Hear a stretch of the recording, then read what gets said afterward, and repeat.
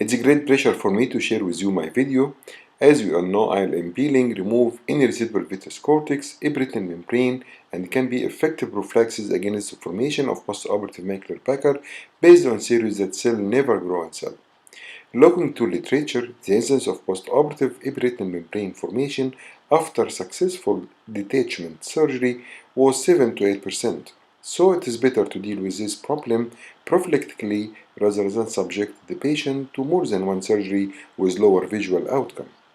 Starting with initiation of the edge, which can be done either by direct pinch technique using an acrid forceps or scraping on the retinal surface using Teno scraper to create an edge and loosening the adhesion of ILM. Once the edge is created and initiated, it is not difficult to peel with or without PFCL. And in both technique, it is important to repick ILM closer and parallel to the retinal surface, with minor adjustment to reduce traction on the retinal surface. As in this case, peeling of the ILM was performed without the aid of PFCL, but as the ILM wasn't firmly adherent to the underlying retinal surface. I usually extend the area of peel as much as I can up to the arcades and at least 2 disc diameter temporal to the fovea. Successful ILM peeling require also good visualization by using various viewing systems, and I personally prefer macular contact lens, but also macular lens of biome system give me a satisfactory visualization during peeling of ILM. Sometimes the ILM is very adherent to the retinal surface and its peeling associated with traction on the retinal surface even with the use of PFCL to make a counteraction, and we can see in this case movement of the retina on the choroid while ILM peeling was performed.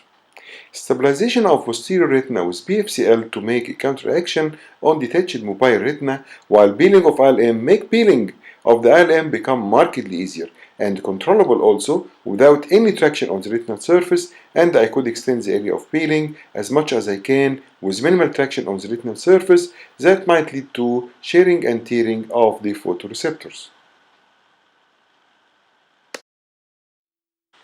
This is case of myopic macular hole retinal detachment, and after BFCA injection there was still marked traction on the retina during peeling, but after injection of more and more PFCL up to the equator there was no traction on the retinal surface, and I could complete the peel and even invert the ILM flap inside the hole without minimal traction on the retinal surface.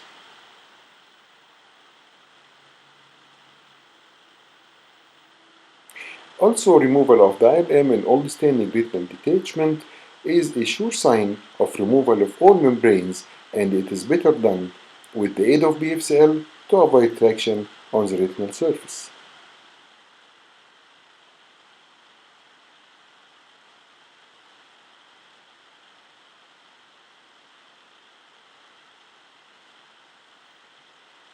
So in conclusion, each peeling has different and specific technique. Sometimes the elevation of membranes is difficult, sometimes the membrane is fragile and tears with fragment, but in generally, removal of ILM in retinal detachment with BFCL is more controllable with minimal traction on the retinal surface. Thank you very much.